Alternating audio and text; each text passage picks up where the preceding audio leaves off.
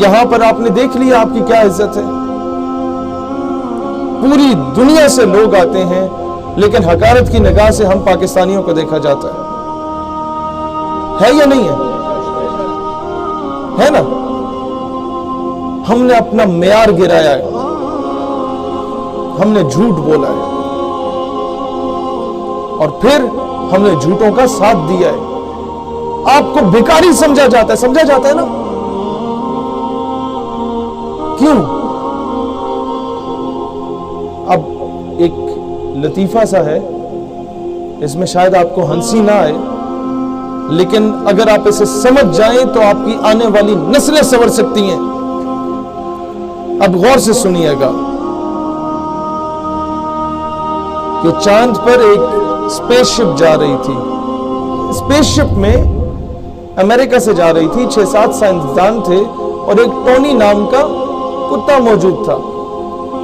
وہ خبر جب دنیا میں لیک ہوتی ہے نا کہ انسان چاند پہ جا رہا ہے اور ساتھ ایک کتے کو بھی لے کے جا رہا ہے, تو پوری دنیا میں جشن منایا جاتا ہے کہ اتنی ترقی ہوگی سائنس کو. تو یہ ساؤتھ پنجاب میں لیا بھکر کا ایک علاقہ ہے.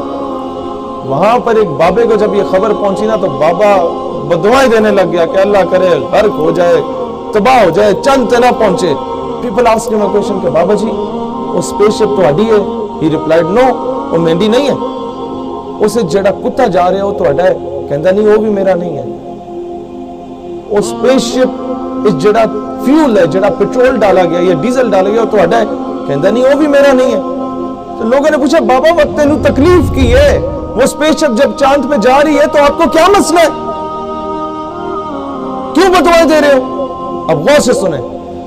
اس بابے نے کہا کہ بیٹا وہ اسپیس شپ اگر خدا نہ خواستہ چاند پہ پہنچ جاتی ہے نا, اور چاند پر چاند کی اپنی مخلوق پہلے سے موجود ہوتی ہے, اور 100 مرتبہ خدا نہ خواستہ اس اسپیس شپ سے اگر سائنسدان کی جگہ پہلے کتا باہر آ جاتا ہے, تو کہیں چاند کی مخلوق یہ نہ سمجھے کہ زمین کی مخلوق ایسی ہوتی ہے, کیونکہ وہ کتا چاند پہ زمین کی نمائندگی کر رہا ہوتا ہے. اپنے نمائندے اچھے چنے, کہنے کا مطلب یہ ہے. جب آپ کا حاکم وقت پچھلے 20 سالوں سے ہر حکومت میں جا کے کشکول پھیلا رہا ہے, کبھی ورلڈ بینک, کبھی IMF, کبھی امریکہ, کبھی برطانیہ کے گوٹے گٹوں میں بیٹھ رہا ہے, تو پوری دنیا آپ کو بھکاری سمجھے گی. اور جب ترکوں کا حاکم وقت ڈونلڈ ٹرمپ کو جا کے آنکھیں دکھاتا ہے نا, تو پوری دنیا انہیں غیرت مند سمجھتی ہے. نادا گر گئے سجدے میں جب وقت قیام آیا. آج یہی پیغام ہم حاکم وقت کو کہتے ہیں کہ جناب دلیر بنو, پوری قوم تمہارا ساتھ دے گی, لیکن بنو دلیر. ٹیپو سلطان ٹویٹ کر کے کشمیر نہیں آزاد کراتا تھا. ٹیپو سلطان اقوام متحدہ میں جا کے منتے ترلے کر کے کشمیر آزاد نہیں کرواتا تھا. ٹیپو سلطان جس کی مثالیں دی جاتی ہیں وہ بھیک نہیں مانگتا تھا, اور بتوں سے تجھ کو امیدی, خدا سے نو امیدی. یہ IMF, یہ ورلڈ بینک, یہ سارا کچھ ان کے آگے بھیک مانگنا, ان سے کشمیر کی بھیک مانگنا.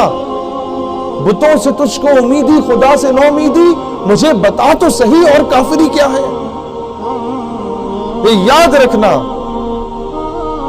کہ ہمیں حکومت سے, اس کی پالیسی سے اختلاف ہو سکتا ہے. پاکستان دھرتی ماں ہے, اس کا دشمن ہمارا دشمن ہے. اس پرچم, اس کی نسبت سے غور سے دیکھو, کیا گنبد خضرا سے نہیں, اس کا دشمن ہمارا دشمن ہے. میں کیوں پیار کرتا ہوں اس ملک سے کہ یہاں پیدا ہو گیا؟ نہیں, ایک وجہ ہے کہ یہاں سعودی عرب میں آ کے بھی آپ لوگوں کو اس وطن, اس دھرتی ماں کا احساس دلا رہا ہوں کہ یہاں کماؤ, سارا کچھ کرو, لیکن اپنے ملک کو سرو کرو.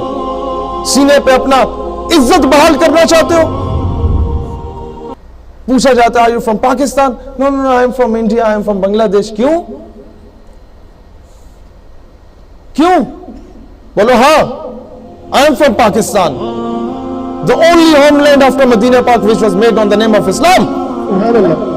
I am from Pakistan, the only nuclear power in the entire Islamic world. When we became nuclear power, بتاؤ نا, سینے پہ پاکستانی پرچم لگا کے پھرو آج سے.